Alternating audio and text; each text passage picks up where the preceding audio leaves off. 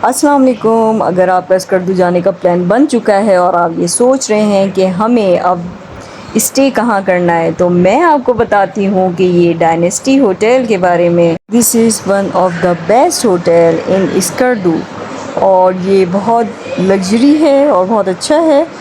और इसके चारों तरफ आपको माउंटेन ही माउंटेन नज़र आएंगी और ग्रीनरी ग्रीनरी नज़र आएगी। ये बिल्कुल आम बिल्डिंग की तरह नहीं है, फ्लैट टाइप की, ये ज़रा डिफरेंट है।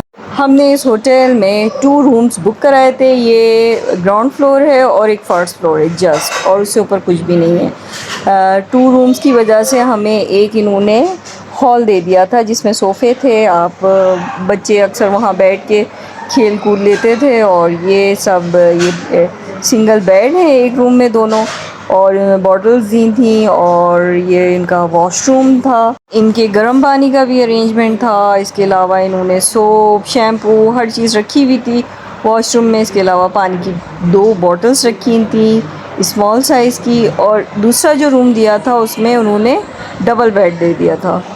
और इसमें भी एक वॉशरूम था, वार्डरोब थी इनकी बड़ी अच्छी सी। ये रात का वक्त हो गया था, हम स्टे करके नहा धो के हम लोग बस पहुँचे थे।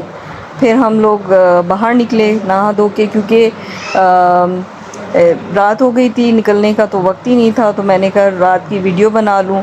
यहाँ बोन फायर भी चल रहा था और म्यूज़िक भी था। और बाहर काफ़ी इन्होंने बेंचें डाली हुई थी जहाँ पर आप बैठ सकते हैं, आराम से इंजॉय कर सकते हैं मौसम, क्योंकि मौसम बड़ा अच्छा था। ठंड ठंड सी थी, हवा भी थी और झींगर की आवाज़ें, और बहुत अच्छी इन पौधों में से खुशबू आ रही थी जो कि दिल को बहुत सुकून दे रही थी। तो सभी लोग होटल के इर्द गिर्द के सब बाहर निकले हुए थे और कोई डिनर कर रहा था बाहर ही। बोन फायर की वजह से ना बाहर ही डिनर हो रहा था और इनका उसी को लोग एंजॉय कर रहे थे। असल मज़ा तो बस यही है ना कि अगर आप कहीं जाएं तो आप ये नई चीज़ें एंजॉय करें। घर पे तो ये सब चीज़ें नहीं मिलती ना, कि आप बोन फायर के सामने, म्यूज़िक के सामने आप बैठे हैं और आपका डिनर भी चल रहा है और बातें गपशप भी चल रही है। लोग काफ़ी देर तक रात को ना बाहर बैठे रहे और लोगों ने गाड़ियाँ भी अंदर खड़ी की थी। मॉर्निंग हो गई थी। मैं रात को वॉक ज़रूर करती थी वहाँ पर, और मॉर्निंग में भी अर्ली मॉर्निंग निकल जाती थी वॉक करने, क्योंकि अर्ली मॉर्निंग का वक्त भी बड़ा ही खूबसूरत लगता था। ग्रीनरी बहुत ही वाज़े होती थी, सब बेशक सो रहे होते। ये हमारी गाड़ी है आगे, ये सिल्वर कलर की, और यहाँ ड्राइवर ने यहीं सब अपनी अपनी गाड़ियाँ यहीं पार्क करते थे अंदर ही। फिर वो अपने जो लोग हैं, जो आपके फैमिलीज़ हैं जिनको आप ट्रैवल के लिए लेने आए, उनको सब लेके जाते थे यहाँ से। ये मेन गेट है इसका, और मैं आपको अंदर तक इसका दिखाती हूँ कि बहुत ही अच्छा था।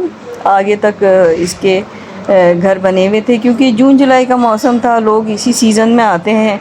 सर्दियों में तो कोई शाद व नादिर ही आता होगा। ये बर्फ़ के पहाड़ भी नज़र नहीं आते होंगे, सफ़ेद सफ़ेद लगता होगा ये शायद। ये जो ग्रीनरी, ये फ्लावर्स भी इतने नज़र नहीं आते होंगे जब नवंबर, दिसंबर, जनवरी, फरवरी, इन मौसम में ये कहाँ सब चीज़ें होती होंगी।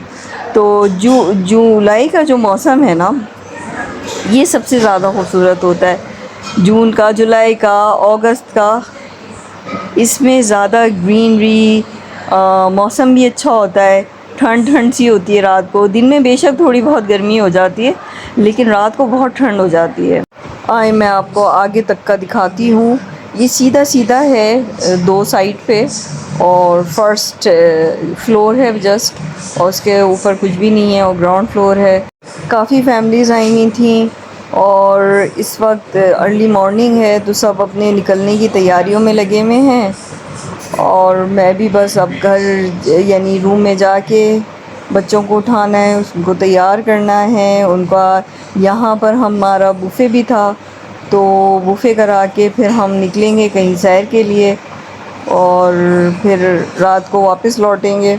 तो मैं आपको ये भी दिखा दूँ कि बुफ़े में इनके क्या क्या चीज़ें थी।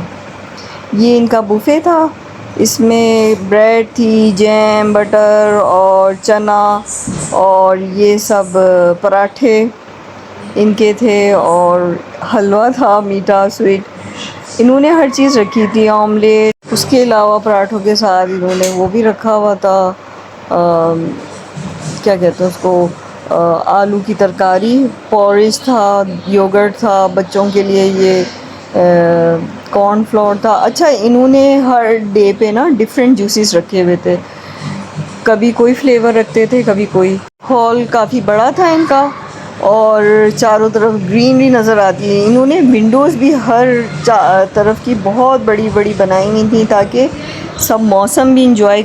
उम्मीद है कि आपको मेरा व्लॉग पसंद आया होगा। मिलते हैं नेक्स्ट वीडियो पे, इस कद्दू की ही मैं आपको सैर कराऊंगी। तब तक के लिए अल्लाह हाफिज़।